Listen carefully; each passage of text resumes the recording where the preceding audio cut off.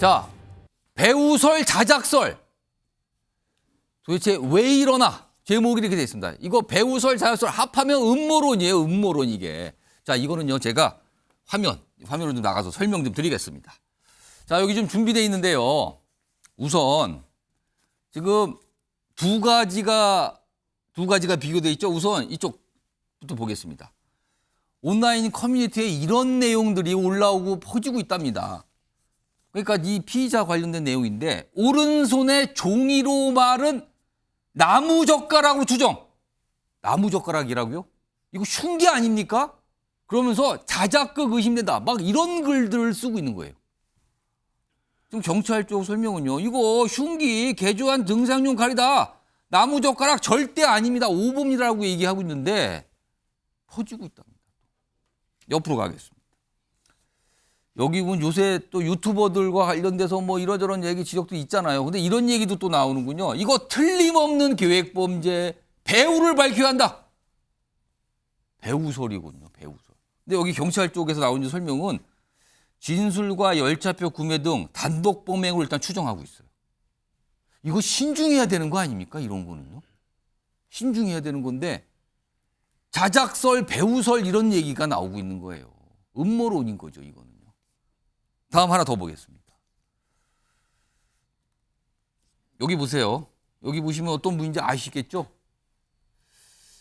이 흉기 관련해서 횟집 혹은 정육점에서 쓰는 칼이라고 하던데.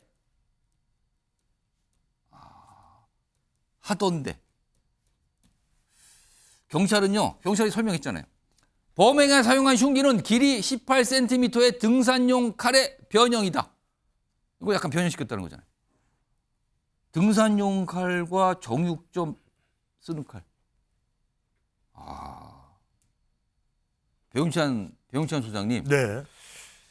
왜 이런 현상이 나타난 걸까요?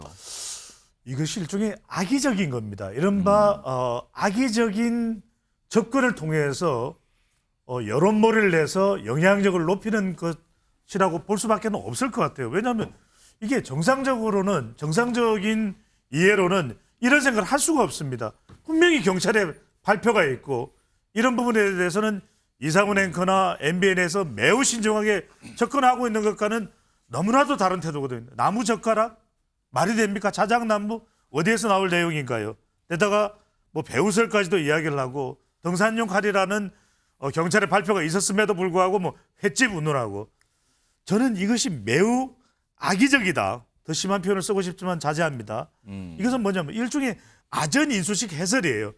기존에 해왔던 일종의 여론몰을 통해서 이념 갈라치기를 하고 이른바 뉴욕타임스, 워싱턴 포스트, 월스트리트 저널 그리고 CNN까지 한국이 이러면 안 돼. 이런 이야기를 하고 있는데도 불구하고 이게 안 고쳐지고 있거든요. 지금 우리 정치권에 나가는 지금 오늘 나온 패널 분들도 정말 이런 정치 혐오를 유발할 수밖에 없는 시도에 대해서는 엄단을 내리셔야 돼요. 여야 할 것 없이.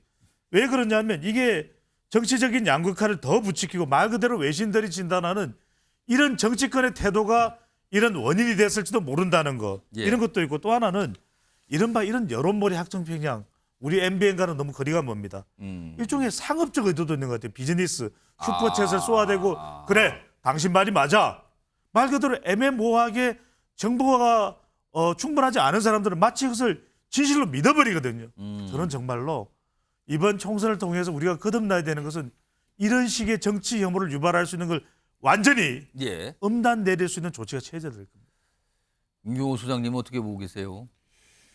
이런 일이 터질 때마다 유튜브라는 플랫폼이 과연 언론의 범주에 포함될 수 있는 거냐, 포함돼야 되느냐. 왜냐하면 책임 문제가 따르거든요. 항상 이럴 때마다 고민을 던지죠, 지금요. 그렇습니다. 그러니까 언론 관련 법에 이 매스미디어, 특히 대중들에게 무차별적으로 전달이 되는 매스미디어의 범주에 과연 유튜브라는 이 영역을 포함을 시켜야 될 것이냐 말아야 될 것이냐.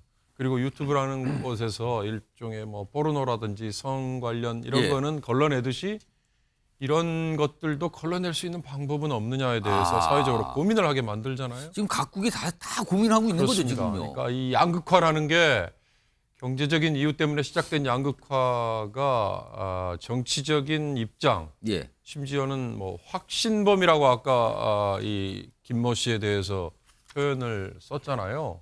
왜 그게 가능할까? 이번 사건 후에 이 사람에 대해서 모두가 다 나서서 이런 극단적인 물리력을 동원하는 테러는 존재할 수는 없는 일이다라고 질타를 했다면 모르는데 한쪽에서는 혹시라도 오. 뭐 여기에 대해서 무슨 박수까지는 아니라도 예. 옹호를 하는 듯한 이런 언행이 있다는 걸 본인이 안다면 그런 행동을 하고도 남을 수 있다는 거죠. 그게 사실은 이번 사건 이후에 더 우려되는 건데요. 왜 그런 게 빚어졌느냐를 앞으로 이제 우리가 다 고민을 해야 되는 겁니다. 그러니까 과연 아까 정치 혐오라는 표현을 썼는데 저는 정치 혐오를 뛰어넘어서 분노를 오히려 촉발시키는 짓을 정치인 그리고 언론이 조장했잖아요. 바로 거기에 책임이 있는 건데요. 그 당사자 누구인지를 모두가 다 생각해 봐야죠. 이를테면 이런 정치 평론을 하는 저희들도 예. 과연 그런 분노를 자꾸 유발하는 듯한 얘기를 한 적은 없는지에 대해서 이런 기회에 반성도 하고 예. 또 그걸 자제할 수 있는 장치가 과연 뭘까? 스스로의 노력만으로 그게 가능한 건지 아니면 다른 타율적인 강제가 또 다른 후폭풍을 부르지는 않을까? 이런 걸 다 포함해서 고민을 해야 될 것 같습니다. 예, 형우택 변호사. 저는 경찰이 이거를 단독 범행으로 결론을 내렸다는 부분이 조금 의문이에요. 왜 그러냐면 지난번에 처음 딱 나왔을 때 우리가 배후까지 수사를 하겠다 이렇게 얘기를 했었거든요. 그러면 이제 오늘 구속됐으면 예. 열흘 정도 이제 구속 기간이 있습니다. 수사를 하고 나서 최종적으로 수사하는 결과 우리가 보니까 단독 범행이다 이렇게 얘기를 하는 게 맞아요. 근데 처음에는 이제 배후까지 수사한다 그랬는데 지금은 단독 범행이라 해버리면 마치 미리 왜냐면 지금 조사를 며칠 하지도 않았잖아요. 구속도 오늘 됐고. 근데 선을 긋는 거 아닌가라고 보일 수 있는 거예요. 그래서 제가 보기엔 경찰 입장에서는 예. 이걸 단독 범행이다, 배후가 있다 이렇게 얘기할 필요 없이 예. 수사해보겠다 정도면 돼요. 그러면 저는 철저하게 들여다보겠다. 그렇죠. 보겠다 하고 마지막 이제 검찰로 송치할 때 열흘 정도 수사 결과 보고 그때 우리가 파악해 보니까 이거는 혼자 범행, 단독 범행이다. 아니면은 우리가 뭐 수사했는데 그걸 못 찾았다. 예. 이렇게 나가는 게 맞지. 수사 시작하기 전부터 단독 범행이다 이래버리면 예. 사람들이 보기에 경찰은 이걸 미리 결론 내려놓고 수사하나 이렇게 보일 수 있거든요. 또 뭐가 또 이 가지를 뻗는 겁니까 또? 아니 그러니까 그렇게 오해를 살 수 있다는 거예요. 수사기관이 그런 오해를 절대 하면 안 되거든요. 그래서 제가 보기에는 단독 범행이냐 아니면 배후가 있냐 없냐 여부는 수사를 해보겠다 정도면 딱 되는 것 같습니다. 근데 그거는 그 당시 수사 시점까지의 얘기를 하는 거죠. 지금까지 단독 범행으로 보인다 이렇게 얘기를 하는 것이지 종합 브리핑을 한 건 아닌 거고요. 그러니까 지금 그걸 해석하는 방법을 저렇게 해석을 하는 거죠. 저게 음모론의 시작인 것이고. 아까도 단독 범행으로 일단 추정한다. 그렇죠. 이거 왜냐하면 나왔거든요. 그 당시 그때 이제 언론분들이 물어보면 그때 당시에 정보 갖고 확인을 시켜주는 거기 때문에 아직까지는 단독 범행으로 보인다 이렇게 얘기할 수밖에 없는 것이고요. 거기에 대해서 그때까지가 아니라 앞으로 어떻게 변할지 모르기 때문에 그때 단정적으로 말을 못한다 이렇게 해서 수사 결과 발표 못하는 거고 또 하나는 저는 이번 이걸 보고 나서 지금 그 가짜 뉴스의 단속 규정이 있잖아요. 예. 이게 유튜브 이런 이제 정보통신망 이 플랫폼에 대해서 그러니까 사생활 침해하거나 가짜 뉴스에 대해서 단속을 하자는 게 정부 측 입장이었는데 그 단속 방법이 어떤지는 그건 찾아봐야 되는 거고 예. 법적으로도 제도를 완비해야 되는 거고 그때마다 이제 뭐 여러 정치권에서는 논박이 있었단 말이에요. 이거 왜 뭐 언론 장악이냐 이런 식의. 그래서 저는 개인적으로 이런 정도의 공감대 형성은 돼야 되는 게 아니냐. 지금 보시면 어느 분들 그 상당히 많은 분들이 이런 극단적인 유튜브의 이 내용들이 예. 이런 범행을 부추길 수 있다라고 분석을 해요. 그러면서 또 이런 유튜브가 또 나오잖아요. 그러니까 이거는 뭔가 제도적으로 이 정당권에서 이번 기회에 제도를 마련해가지고 거기에 대해서는 유불리를 따지지 말고 뭔가 하여튼 법안을 마련하든가 해야 되는 게 아닌가. 예, 제가 뭐 형우택 정치적인 변호사. 유불 얘기하는 게 아니고요. 이게 경찰이 성급하다는 얘기예요. 기본적으로 압수수색을 해서 압수물 분석을 하고 제일 중요한 거는 핸드폰이라든지 포렌식 같은 걸 해서 누구랑 연락을 했고 어떤 대화를 나누는지 이걸 봐야 되잖아요. 그리고 흉기를 어떻게 준비했는지 물론 지금 뭐 인터넷에서 매입했다고 그러지만 그러면 예를 들어 돈이 어디서 나왔는지라든지 이런 걸 봐야 되는 거거든요. 그럼 그걸 압수물 분석도 하기 전에 단독 범행으로 추정된다? 그럼 누가 보기에도 그냥 단독 범행으로 몰아가나 이렇게 보일 수 있는 거예요. 그렇기 때문에 경찰은 수사를 해서 압수물 분석하고 다 수사해보고 그러기 전에는 이게 단독이다 아니다라고 결론을 내려버리면 안 되죠. 알겠습니다. 자, 일단 정치권에서 이런 음모론에 대해서 역시 이구동성으로 이건 아닙니다. 이거 그런 소리 하시면 안 됩니다. 이런 분위기의 입장과 말들 좀 내놓고 있거든요. 들어보겠습니다. 자작극이라는 얘기가 돌고 있는데요.